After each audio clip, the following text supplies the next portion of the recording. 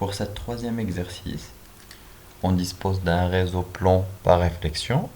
Les fonds transparents sont remplacés par les bandes, par des bandes rectangulaires réfléchissants, séparées par des traits opaques non réfléchissants. Un faisceau parallèle monochromatique de longueur de lambda 0 arrive sur ce réseau avec un angle d'incidence θ0. Donc ça c'est θ0, 0, alors que ça c'est θ.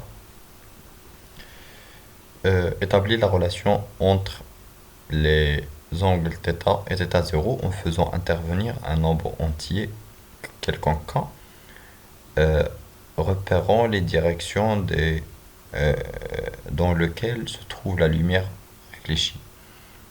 Donc il suffit de tracer l'autre rayon, le rayon voisin incident, donc c'est parallèle, et sa réflexion.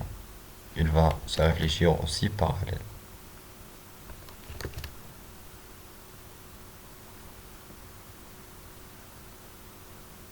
Il va être aussi parallèle à ça. Et celui-là. Celui-là, c'est aussi un rayon qui vient parallèle. Et donc, on a un rayon incident et un rayon réfléchi. Pour faire la différence de marche, il suffit de faire la projection de ça sur ça. Donc la projection de cette pointe-là va donner cette distance-là.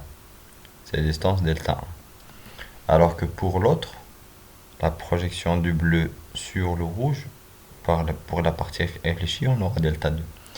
Donc c'est comme si on a ici un rayon incident et un autre rayon incident. Parallèle bien sûr. Ils sont incidents sur la même surface. Donc on fait la projection de rayon rouge sur le rayon bleu, ce qui permet d'obtenir delta 1. Et pour les réfléchis, on a un rayon réfléchi comme ça et un autre rayon réfléchi parallèle. Commençons à partir de la première surface. Il suffit de faire la projection du bleu sur le rouge. Donc c'est delta 2.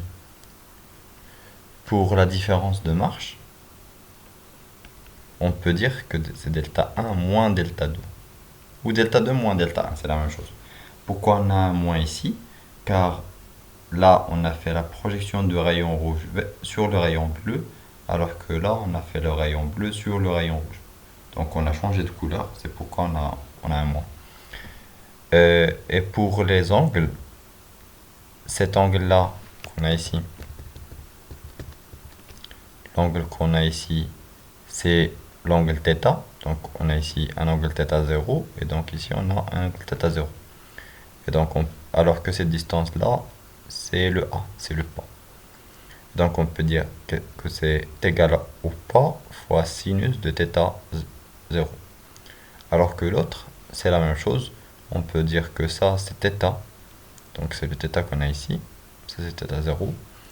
C'est A sinus θ. A, c'est cette distance-là. Donc c'est cette distance-là. Et comme ça, on a trouvé l'expression de différence de marge. On veut un nombre entier. On peut dire que le delta, normalement, c'est k fois lambda.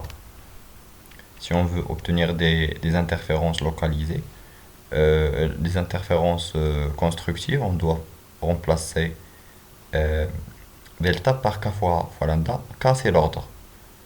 Et donc, on aura A facteur de sinus de θ0 moins sinus de θ1.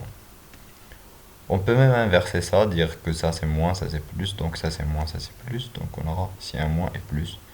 Pour dire que normalement sinus θ moins sinus de θ0 égale à k lambda sur A. C'est la même chose à la fin, car on va remplacer à la fin dans une expression de cosinus ou cosinus, donc on aura un résultat qui est identique. Cosinus de moins x, c'est cosinus de x.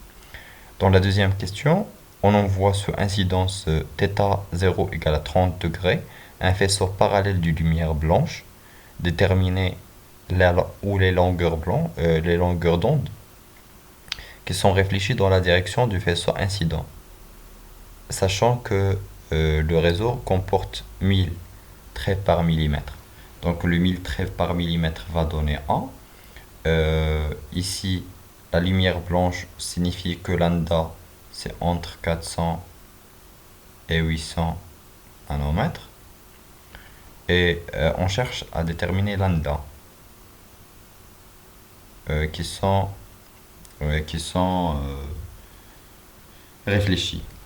Et on a le θ 0. Donc il suffit de remplacer par les différentes valeurs qu'on a. Alors que on veut les rayons réfléchis dans la direction de rayons incidents, c'est-à-dire que θ doit être égal à moins θ 0. Donc on a θ égal à moins θ 0. Donc on aura à la fin, si on remplace θ 0 point moins θ, on aura ou θ par moins θ 0, on aura moins 2 sinus de θ 0 égale à k lambda sur 1. On veut les lambda, donc on peut dire que normalement lambda c'est quoi? C'est moins 2a sinus de θ 0 sur k. On peut choisir k négatif, donc on a les ordres négatifs car sinus de θ sera sinus de 30, donc sinus de 30 c'est positif, et donc on peut changer ici en plus. Donc on a changé ça en plus car lambda ce sont des positifs.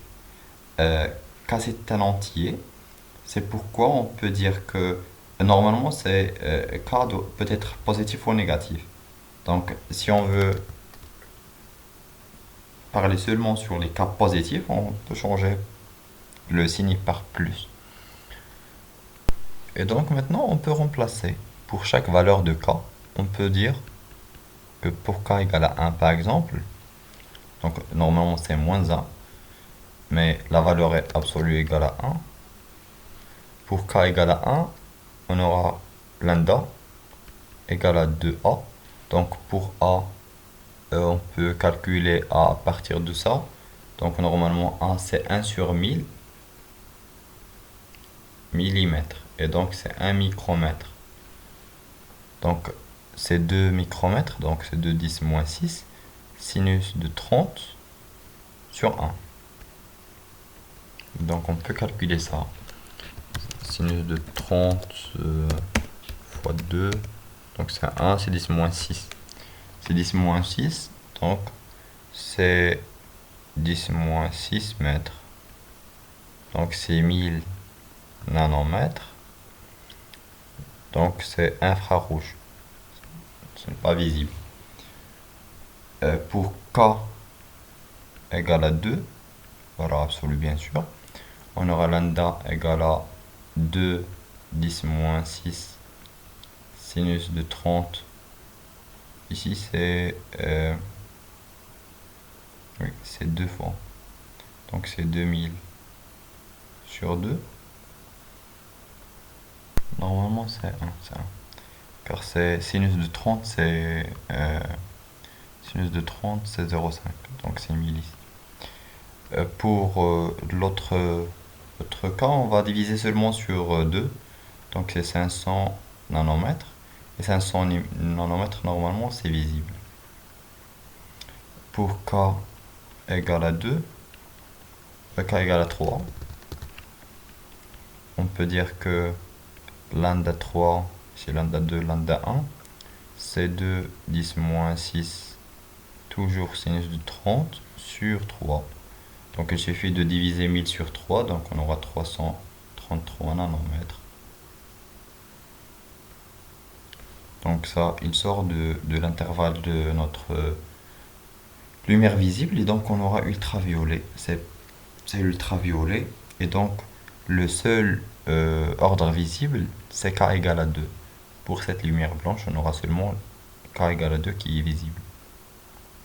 Et comme ça, on a étudié un réseau de réflexion dans ce cas-là.